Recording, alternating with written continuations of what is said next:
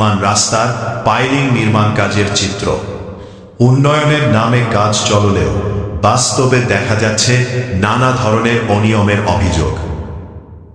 নির্মাণ কাজে ব্যবহৃত পাথরগুলো ঢালাইয়ের আগে পরিষ্কার করার কথা থাকলেও অনেক পাথরের সঙ্গে মাটি ও ময়লা মিশে রয়েছে। নির্মাণ বিশেষজ্ঞদের মতে অপরিষ্কার উপকরণ ব্যবহারের ফলে কংক্রিটের স্থায়িত্ব ও গুণগত মান ক্ষতিগ্রস্ত হতে পারে। এছাড়াও ঢালাইয়ের সময় কংক্রিটের ভেতরের ফাঁপা অংশ দূর করতে ভাইব্রেটর ব্যবহার করার নিয়ম থাকলেও এখানে তা ব্যবহার করা হচ্ছে না বলে স্থানীয়দের অভিযোগ।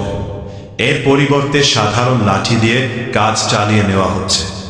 একটি রাস্তা বা সেতু শুধু আজকের জন্য নয়, এটি জনগণের দীর্ঘমেয়াদী সম্পদ।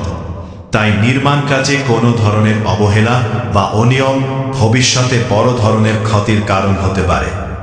আমাদের প্রশ্ন, সরকারি অর্থে পরিচালিত এই প্রকল্পে নির্ধারিত মান বজায় রাখা হচ্ছে কি? সংশ্লিষ্ট কর্তৃপক্ষ কি নিয়মিত তদারকি করছেন? আমরা চাই না কোনো ব্যক্তি বা প্রতিষ্ঠানকে হ্যাঁ করতে। আমরা শুধু চাই জনগণের টাকায় হওয়া কাজ সঠিকভাবে সম্পন্ন হোক এবং নির্মাণের গুণগত মান নিশ্চিত করা হোক। সংশ্লিষ্ট কর্তৃপক্ষের দৃষ্টি আকর্ষণ করছি, বিষয়টি তদন্ত করে প্রয়োজনীয় ব্যবস্থা গ্রহণের জন্য অনুরোধ জানাচ্ছি।